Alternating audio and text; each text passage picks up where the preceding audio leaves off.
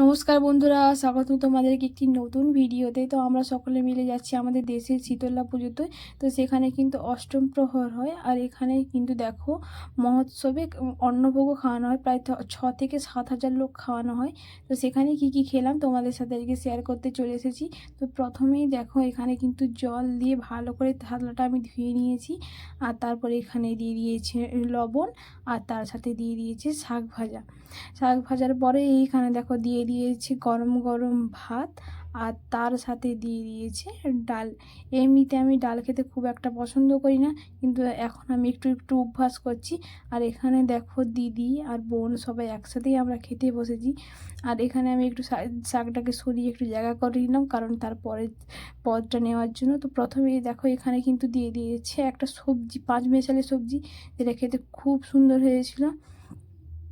আর এমনিতে মহাপ্রভুর প্রসাদ সবসময় ভালোই লাগে খেতে। আর তারপরে এখানে দেখো একটা দিয়ে দিয়েছি বিচি কলার একটা সবজি, এটাও খুব ভালো হয়েছিল। আর এখানে দিয়েছে পোস্ত, আর প্রত্যেকটা রান্না এত ভালো হয়েছে, আমি তো খুব তৃপ্তি করে খেয়েছি, আমার প্রচণ্ড ভালো লেগেছে। আর এখানে আমাকে অনেকটা ভাত দিয়ে দিয়েছিল, তার জন্য আমি খেতে পাচ্ছিলাম না, তবুও আমি খেয়ে নিলাম, কারণ খাবার নষ্ট করা উচিত না, তার জন্য একটু জোর করে খেয়ে নিলাম। তারপর এখানে দেখো দিয়ে দিয়েছি চাটনি, যেটা আমার সব সময় ভালো লাগে। আর তারপর এখানে দিয়ে দিয়েছে পায়েস, পায়েসটাও খুব টেস্টি হয়েছিল। আর এখানে দিয়ে দিয়েছে বোঁদে, যেটা আমি একদমই খাই না, আর ওটা কিন্তু আমি মাকে দিয়ে দিয়েছিলাম, আমি খাইনি। আর এখানে দিয়ে দিয়েছে ব্যাট পাঁপড় ভাজা। আমাকে কিন্তু চাটনির সঙ্গে পাঁপড় খেতে হেব্বি লাগে, তা আমি ওই জন্য চাটনিটা দিয়েই কিন্তু পাঁপড়টাকে খেলাম। এখানে দেখো খাওয়া দাওয়া কিন্তু প্রায় শেষের পথে।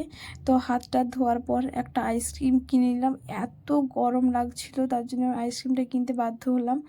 আর এখানে দেখো আমরা কিন্তু ঠাকুরের সবাই দর্শন করে প্রণামও করে নিয়েছি। আর এখানে দেখো কীর্তন হচ্ছে, আর এখানে সবাই নাচানাচিও করছে।